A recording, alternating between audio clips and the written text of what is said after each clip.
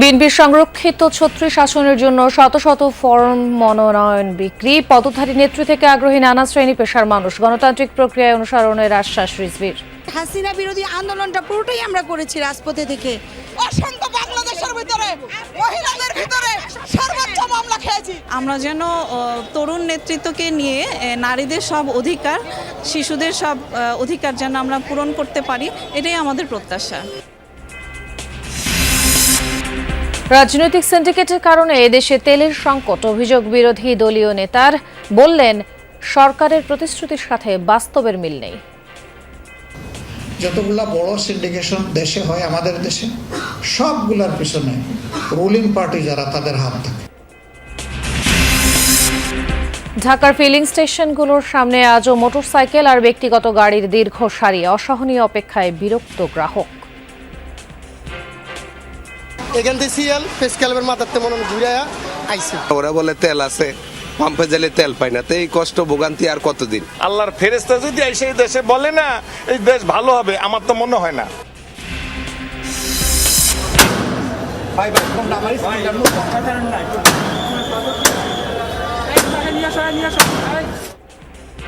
রাজধানীর সায়েদাবাদে অনুমোদনহীন bus counter অপসারণে ডিএসসিসির অভিযান, সময় না দিয়ে সিলগালা করায় ক্ষোভ।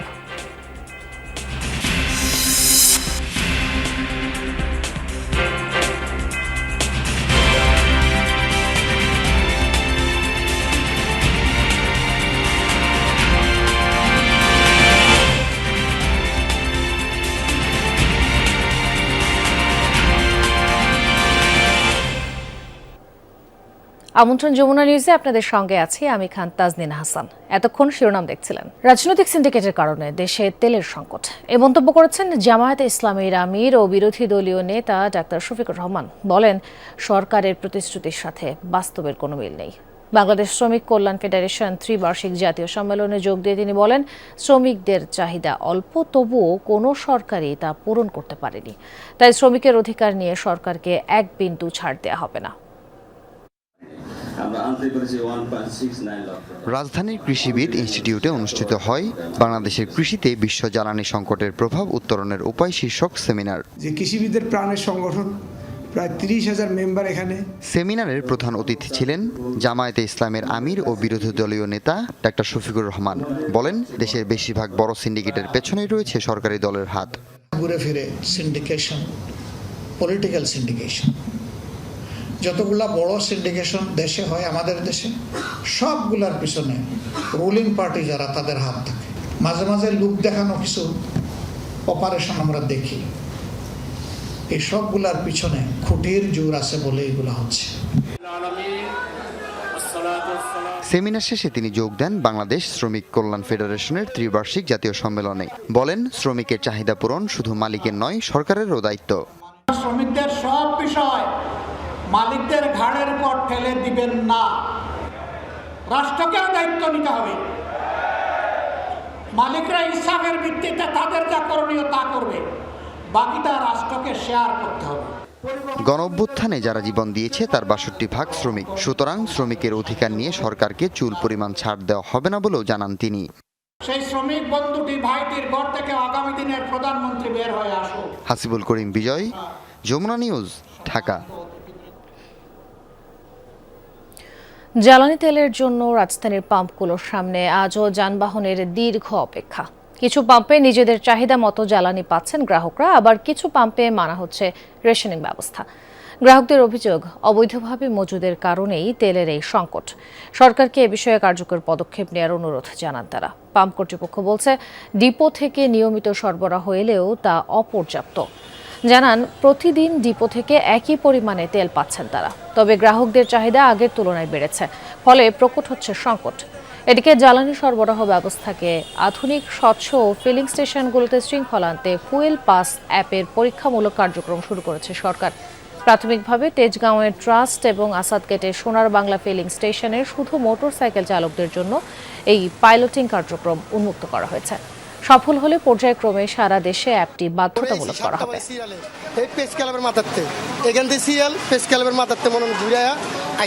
ওরা বলে তেল আছে, পাম্পে গেলে তেল পাই না, তো এই কষ্ট ভোগান্তি আর কতদিন? কত সময় লাগবে জানি না, কিন্তু তেল পাবো কিনা তাও অনিশ্চিত। আল্লাহর ফেরেশতা যদি সেই দেশে বলে না এই দেশ ভালো হবে, আমার তো মনে হয় না। ফেরেশতারও ফেল হয়ে যাবে। এই দেশের মানুষ এত অসৎ হয়ে গেছে। জ্বালানি তেলের জন্য দেশের বিভিন্ন জেলায় পাম্পগুলোতে আজও অধীর অপেক্ষায় গ্রাহকরা। দীর্ঘ সময় লাইনে থেকেও মিলছে না চাহিদা মতো তেল। পেট্রোল আর অকটেনের সংকটই বেশি, চাহিদার তুলনায় কম মিলছে ডিজেলও। সাময়িকভাবে বন্ধ রয়েছে অনেক ফিলিং স্টেশন। রংপুর, রাজশাহী, খুলনা, চট্টগ্রাম, ময়মনসিংহ বিভাগের বিভিন্ন পাম্পেও একই চিত্র। আবার পাম্পে সরবরাহ ফুরিয়ে যাওয়ায় অনেকে ফিরছেন খালি হাতেই। দীর্ঘ সময় অপেক্ষার কারণে নষ্ট হচ্ছে কর্মঘণ্টা, এতে বিপাকে পড়ছেন কর্মজীবী মানুষ।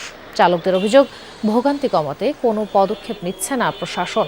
ডিপো থেকে চাহিদা অনুযায়ী তেল না পাওয়ায় এমন পরিস্থিতি তৈরি হয়েছে, দাবি পাম্প মালিক ও ডিলারদের। এখনো নির্দিষ্ট সময় বলতেছে না যে কখন থেকে তেল দিবে। সকাল 8টার সময় যখন আসলাম তখন বললো যে এখন তেল নেই, গাড়ি চলে গেছে খুলনায়, আসবে তারপর তেল দেবে। তাও পাই না, চাকরি চাহিদা দিয়ে তেলের লাইন সমস্যা ঘুরতে আসি কেবল। আমার অফিস আজকে যদি আমি লাইন থেকে তেল নিতে পারি, আগামী এক সপ্তাহ আমি অফিস করতে পারবো। কর্ম বাদ দিয়ে আসে তেলের পেছনে লাইন দেওয়া লাগে। সংরক্ষিত 36 নারী আসনের বিপরীতে শত শত মনোনয়নপত্র উত্তোলন করছেন বিএনপির পদধারী নেত্রী থেকে শুরু করে বিভিন্ন শ্রেণী পেশার নারীরা। নিজেকে অধিকতর যোগ্য, পরীক্ষিত ও ত্যাগী দাবি করে জমা দিচ্ছেন জীবন বৃত্তান্ত। তবে এরই মধ্যে দলীয় চেয়ারম্যানের নির্দেশে বিএনপির দায়িত্বশীল নেতারা অর্ধশতাধিক নারী সদস্যের সংক্ষিপ্ত তালিকা তৈরি করছেন।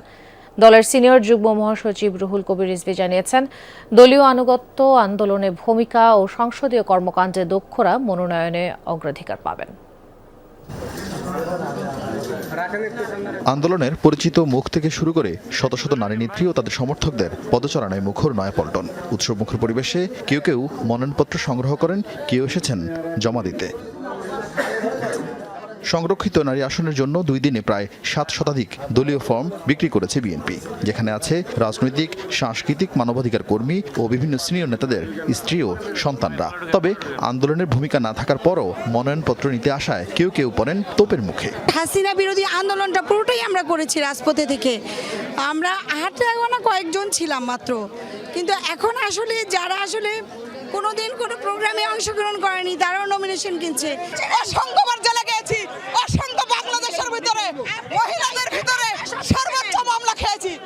দল থেকে মনোনয়ন পেলে নারী অগ্রযাত্রা নিজেদের পরিকল্পনার কথাও তুলে ধরেন তারা। আমরা যেন তরুণ নেতৃত্বকে নিয়ে নারীদের সব অধিকার, শিশুদের সব অধিকার যেন আমরা পূরণ করতে পারি, এটাই আমাদের প্রত্যাশা। এই দুঃশাসনে যারাই কাজ করেছে প্রত্যেকটা মেয়ের যেন মূল্যায়ন হয়। গঠনতন্ত্র মেনে গণতান্ত্রিক প্রক্রিয়ায় এবার সংরক্ষিত আসনের প্রার্থী বাছাই করা হচ্ছে বলে জানিয়েছেন বিএনপির সিনিয়র যুগ্ম মহাসচিব রুহুল কবির রিজভী। আন্দোলন সংগ্রামে যাদের ভূমিকা রয়েছে এবং যাদের দক্ষতা রয়েছে পার্লামেন্টে কথা বলার অত্যন্ত যুক্তি সহকারে, এবং সমাজে যাদের অত্যন্ত সুনাম আছে, তাদেরকেই নিশ্চয়ই দল বাছাই করবে বলে আমার দৃঢ় বিশ্বাস। রবিবার শেষ হবে দলীয় মনোনয়নপত্র উত্তোলন ও জমাদানের সময়সীমা। এরপরেই দলীয় তালিকা চূড়ান্ত করে ঘোষণা দেবে বিএনপি। তফসিল অনুযায়ী চূড়ান্ত প্রার্থীদের মনোনয়নপত্র জমা দেওয়ার শেষ সময় 21 এপ্রিল। আরিফিন শাকিল, যমুনা নিউজ, ঢাকা। দেশ জুড়ে হামের প্রকোপ বাড়তে থাকায় উদ্বিগ্ন অভিভাবকরা। 24 ঘন্টায় খুলনা মেডিকেলে প্রাণ গেছে এক শিশুর। নতুন করে হাসপাতালটিতে ভর্তি হয়েছে 7 জন রোগী।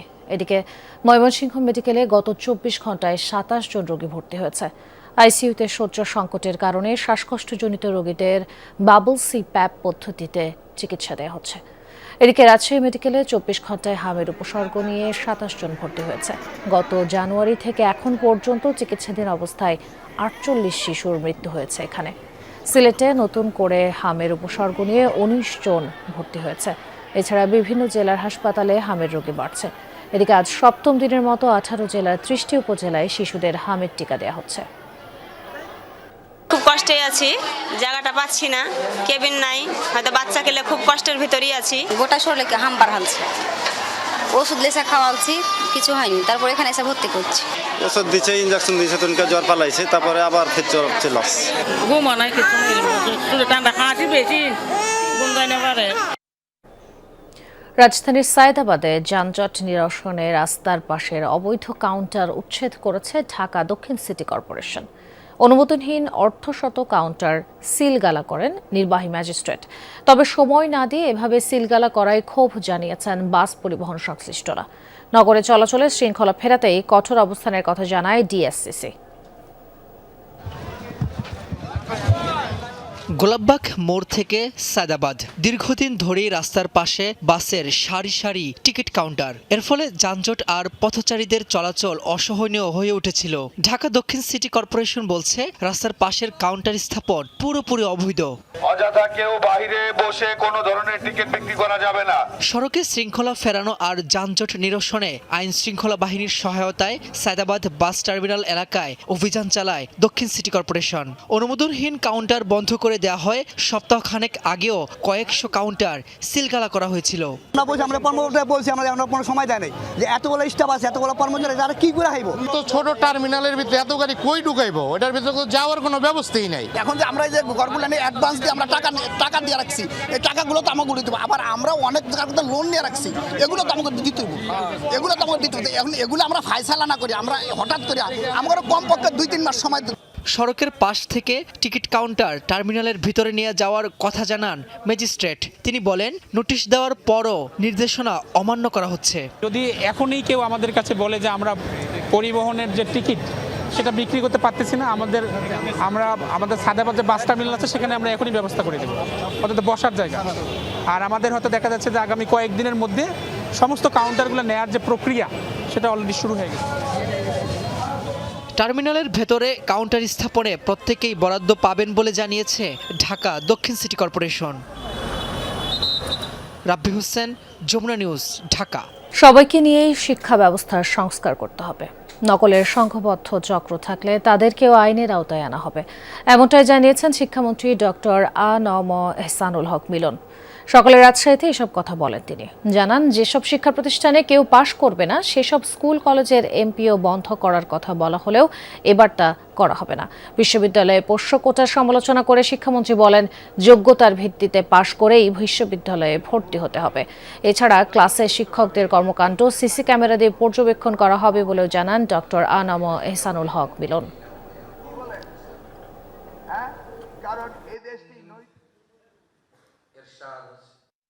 প্রশ্নপত্র আউট হলে এই ডিভাইস আউট হবে, তাকে আমরা বুঝবো না?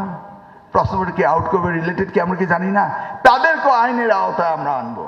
আইন এমন ভাবে স্টিপুলেট করব, ছাত্রছাত্রীদের জন্য না, আমাদের জন্য। শিক্ষার্থীদের পরিবর্তিত যুগের সাথে তাল মিলিয়ে এগিয়ে চলতে হবে, ভূমিকা রাখতে হবে দেশের উন্নতিতে। একথা বলেছেন তথ্যমন্ত্রী জহির উদ্দিন স্বপন। সকালে the institute of chartered accountants of বাংলাদেশের 22তম সমাবর্তন অনুষ্ঠানে একথা বলেন তিনি। মন্ত্রী বলেন, দেশের অর্থনীতি, উদ্যোক্তা, এমনকি রাষ্ট্রও অনেকাংশে হিসাব বিজ্ঞানের উপর নির্ভরশীল। তাই এই বিভাগের শিক্ষার্থীদের পরিবর্তিত যুগের সাথে সমন্বয় করে দেশের উন্নয়নে অংশ নিতে হবে। সমাবর্তন অনুষ্ঠানে 276 জন শিক্ষার্থীকে সার্টিফিকেট প্রদান করা হয়। শুধুমাত্রই ইনস্টিটিউট থেকে পাওয়া যে প্রাতিষ্ঠানিক অথবা একাডেমিক জ্ঞান, তার মধ্যে আটকে থাকলে আপনার মেধার সম্পূর্ণটা আপনি দেশ, জাতিকে, আপনার প্রতিষ্ঠানকে এবং সভ্যতাকে দিতে পারবেন না। চারিপাশের যে প্রযুক্তির সংমিশ্রণের কারণে যে এক নতুন প্রেক্ষাপট তৈরি হয়েছে, সে বিষয়েও একটা সার্বক্ষণিক সচেতনতা এবং সজাগ দৃষ্টিভঙ্গি আপনাদের থাকতে হবে। ঢাকা দক্ষিণ সিটির জিয়া সরণি খাল খনন করে পরিকল্পিতভাবে বুড়িগঙ্গার সাথে যুক্ত করার জন্য 300 কোটি টাকা বরাদ্দ হয়েছে বলে জানিয়েছেন স্থানীয় সরকার প্রতিমন্ত্রী মীর শাহে আলম। সিটি কর্পোরেশনের অর্থায়নে আগামী জুলাই থেকে এই প্রকল্পের কাজ শুরু হবে বলে জানান তিনি। শনিবার কদমতলী এলাকায় জিয়া সরণি খাল ও কুতুবখালী খাল পরিদর্শন শেষে একথা বলেন তিনি। আগামী বর্ষার পর থেকে খালগুলো খননের কাজ শুরু হবে। ইতোমধ্যে পরিষ্কারের কাজ শুরু হয়েছে। ঢাকার সব খাল উদ্ধার করে খাল দখলকারীদের তালিকা করে তাদের বিরুদ্ধে ব্যবস্থা নেওয়া হবে বলে জানান তিনি। এদিন জিয়া সরণি খাল পরিদর্শন করেন ঢাকা দক্ষিণ সিটির প্রশাসক আব্দুস সালাম ও ঢাকা 4 আসনের সংসদ সদস্য তানভীর আহমেদ রবিন সহ দক্ষিণ সিটি কর্পোরেশনের কর্মকর্তারা। ইতিমধ্যেই মাননীয় প্রধানমন্ত্রী এই জিয়া সরণি খালটি এই পর্যন্ত এসে বুড়িগঙ্গা নদীকে কানেক্ট করবার জন্য উনি 300 কোটি টাকা বরাদ্দ করেছেন। সিএস পড়ছে এবং ম্যাপ অনুযায়ী আমরা প্রথমে দখলমুক্ত করব এবং অবৈধ দখলদারের তালিকা করে আমাদের বিদ্যমান আইনে তাদের বিরুদ্ধে যে ব্যবস্থা নেওয়ার বিধিবিধান রয়েছে সে অনুযায়ী তাদের বিরুদ্ধে ব্যবস্থা নেওয়া হবে ইনশাল্লাহ। মানবিক চিকিৎসক হিসেবে পরিচিত ডাক্তার কামরুল ইসলামের হাসপাতালে গিয়ে যুব দলের নাম ভাঙিয়ে চাঁদার দাবিতে হুমকি দেওয়ার অভিযোগ উঠেছে স্থানীয় এক নেতার বিরুদ্ধে। টাকা না পেয়ে আওয়ামী লীগ ট্যাগ দিয়ে হেনস্থার অভিযোগও রয়েছে তার বিরুদ্ধে। রাতেই খবর পেয়ে হাসপাতালে ছুটে যান কেন্দ্রীয় যুব দলের সভাপতি, সাধারণ সম্পাদক সহ নেতৃবৃন্দ। তারা বলেন অভিযুক্ত মঈন উদ্দিনের সাথে যুব দলের কোনো সম্পর্ক নেই। আশ্বস্ত করেন চাঁদাবাজকে দ্রুত আইনের আওতায় আনার। শুক্রবার রাত 8:40 সিসিটিভি ফুটেজে দেখা যায় রাজধানীর শিমুলির একটি হাসপাতালে দলবল নিয়ে হাজির স্থানীয় এক নেতা। যুবদলের নাম ভাঙিয়ে চাঁদার দাবিতে হুমকি দিচ্ছেন তিনি। হাসপাতালটি অন্য কারো নয়, 2000-এরও বেশি মানুষকে বিনা পারিশ্রমিকে কিডনি প্রতিস্থাপনকারী চিকিৎসক ডাক্তার কামরুল ইসলাম স্যারের মানবিক কাজের স্বীকৃতি হিসেবে যিনি কিনা দেশে বিদেশে সমাদৃত, সেই চিকিৎসককেই আতঙ্কে থাকতে হচ্ছে চাঁদাবাজদের হুমকিতে। জানা গেছে শুধু শুক্রবারই নয়, জুলাই গণঅভ্যুত্থানের পর থেকেই নানাভাবে ভয়ভীতি প্রদর্শনের মাধ্যমে হাসপাতাল থেকে চাঁদা দাবি করে আসছেন স্থানীয় এই কথিত নেতা। চাপে ফেলতে ডাক্তার কামরুল ইসলামকে আওয়ামী লীগ ট্যাগ দিয়ে হাসপাতালের সামনে মব তৈরিরও অভিযোগ তার বিরুদ্ধে। প্রথম দিকে অত করতো না, কিন্তু ভয় দেখাতো, বেশ ভয় পেত। আমাদের সিকিউরিটির লোকজনও কিন্তু ওকে ভয় পায়। আবার অনেকজন লোক নিয়ে আসে সাথে করে, আবার যুবদল কর্মী বলে, আবার কিছু বলাও যায় না। এমনকি এই যে আজকে যে ঘটনা ঘটাইছে, সকালবেলা ভোরবেলা আসছে, সে স্টাফের বাসায় চলে গেছে, হ্যাঁ আমাকে দিতে হবে, দিতে হবে, নাহলে এবার আমার ওই কাজগুলো বন্ধ করে দিয়েছে স্যার, ওই কাজগুলো আমাকে দিতে হবে। ডাক্তার কামরুল ইসলামের অভিযোগ, চাঁদাবাজির ঘটনায় শুরু থেকে আইন শৃঙ্খলা রক্ষাকারী বাহিনীকে জানালেও নেওয়া হয়নি কোনো ব্যবস্থা, মেলেনি প্রতিকার। ওসি সাহেবকে তো বলছি, আর এসপি সাহেবকে বলছি, আর ডিআইজি সাহেবকে বলছি, এর আগে আমি অ্যাডিশনাল আইজি সাহেবকে বলছি, এত লেভেলে বলছে। তারপর পুলিশ যে তাকে একটু ধরবে কিংবা বলছে হয়তো, কিন্তু তো কথা শোনে না। সিকেডি হাসপাতালে চাঁদাবাজির সংবাদ শুনে মধ্যরাতেই হাসপাতালে ছুটে আসেন যুবদলের কেন্দ্রীয় নেতারা। অভিযুক্ত মঈন উদ্দিন নিজেকে শেরে বাংলানগর থানা যুবদলের সাবেক সাংগঠনিক সম্পাদক পরিচয় দিলেও কেন্দ্রীয় নেতারা বলছেন যুবদলের সাথে সম্পর্ক নেই তার। ডাক্তার কামরুল ইসলামের পাশে বসে আশ্বাস দেন সব রকমের সহযোগিতার। যুবদলে এই নামে কেউ কিন্তু আমাদের নাই। দ্যাট মিনস সংগঠনের নামটা তারা ব্যবহার করতেছে। এরকম অনেক অভিযোগ আমরা 5 আগস্টের পর থেকে পেয়েছি, যেখানে দেখেছি কমপক্ষে 80% ঘটনা হচ্ছে এরকমের, যে সংগঠনের নাম ভাঙাচ্ছে, বাট আমাদের সংগঠনের তারা কেউ না।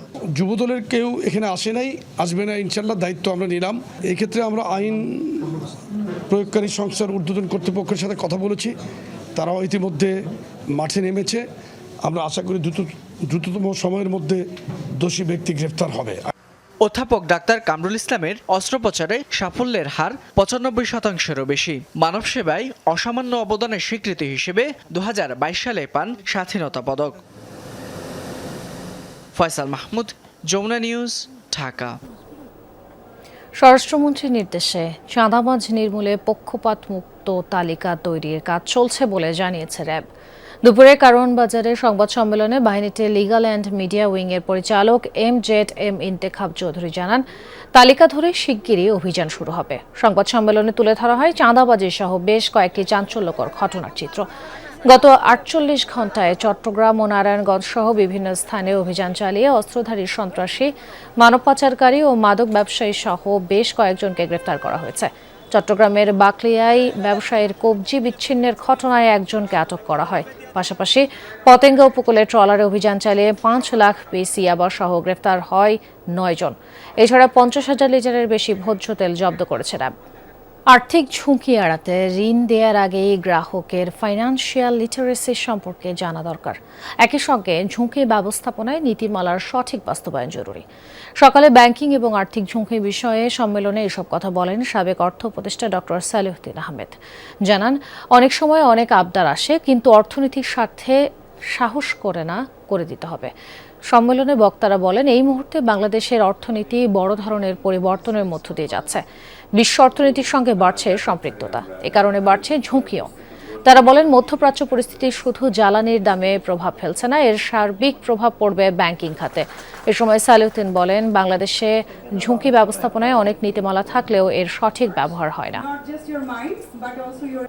একটা যুদ্ধ হচ্ছে, এটার ফলে যে এনার্জির যে ক্রাইসিস আমরা দেখছি, দাম যেটা বাড়ছে, এটা তো আলটিমেটলি তো শেষ পর্যন্ত এগুলোর সাথে যে বিজনেসগুলো জড়িত, কেবলমাত্র প্রফিটেবিলিটির উপরে যে এটার ইম্প্যাক্ট হবে তা না, এটা তো ব্যাংকিং সেক্টরের উপরে ইম্প্যাক্ট হবে, যার কাছ থেকে লোন নিয়ে তিনি এই কার্যক্রমগুলো করছেন। প্রসেসগুলো যেগুলো করবে সেগুলো ঠিক কমপ্লাই করা, এইগুলো যদি প্রসেস ভালো থাকে, সে সিস্টেম ভালো থাকে, যদি কমপ্লাই না করে তবে কিন্তু কোনো লাভ হবে না।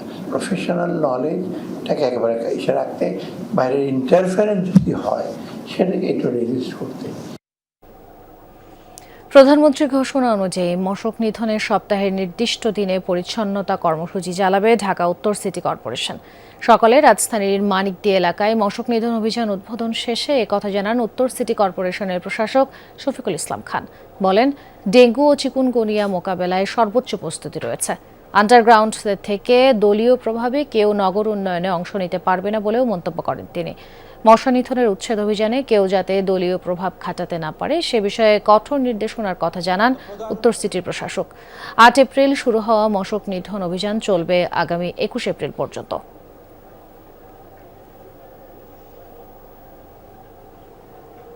চট্টগ্রামের ২ নম্বর গেট শপিং কমপ্লেক্সে অগ্নিকাণ্ডের ঘটনা ঘটেছে। সকাল ৯:৩০টার দিকে মার্কেটের নিচতলায় একটি দোকান থেকে আগুনের সূত্রপাত হয়। খবর পেয়ে ঘটনাস্থলে পৌঁছে আগুন নিয়ন্ত্রণে আনে ফায়ার সার্ভিসের ৫টি ইউনিট। তবে আগুন থেকে তীব্র ধোঁয়ার কুণ্ডলী তৈরি হওয়ায় বেগ পেতে হয় তাদের। এতে ফায়ার সার্ভিসের বেশ কয়েকজন সদস্য অসুস্থ হয়ে পড়েন। প্রাথমিকভাবে ধারণা, বৈদ্যুতিক শর্ট সার্কিট থেকে আগুনের সূত্রপাত। অগ্নিকাণ্ডের সময় মার্কেটটি বন্ধ ছিল, এতে হতাহতের কোনো ঘটনা ঘটেনি। ঘরের মাঠে নিউজিল্যান্ডের বিপক্ষে ওয়ানডে সিরিজের প্রথম ২ ম্যাচের জন্য মেহেদী মিরাজের নেতৃত্বে ১৫ সদস্যের দল ঘোষণা করেছে বিসিবি। পাকিস্তান সিরিজের উইনিং কম্বিনেশন ধরে রেখে স্কোয়াড সাজিয়েছেন নির্বাচকরা। নিউজিল্যান্ড বধের মিশনে অপরিবর্তিত থাকছে টাইগারদের ওয়ানডে স্কোয়াড। পাকিস্তানের বিপক্ষে খেলার সবশেষ সিরিজের দলটির ওপরই আবারও আস্থা রেখেছে বিসিবি। তবে কন্ডিশন বিবেচনায় সিরিজে অংশ নিতে পিএসএল এর মাঝপথেই দেশে ফিরতে হচ্ছে মুস্তাফিজুর রহমান, নাহিদ রানা ও তানজিদ হাসানদের। ১২ এপ্রিল পর্যন্ত আনপত্তিপত্র থাকলেও বোর্ডের নির্দেশে আগে ভাগেই ফিরছেন তারা। স্কোয়াডে যথারীতি আছেন মেহেদী মিরাজ, সৌম্য সরকার, নাজমুল শান্ত ও তাওহিদ হৃদয়ের মতো অভিজ্ঞরা। পেস আক্রমণে তাসকিন শরীফুলের সাথে গতির ঝড় তুলতে প্রস্তুত তরুণ নাহিদ রানা। দর্শক, এই ছিল যমুনা নিউজে।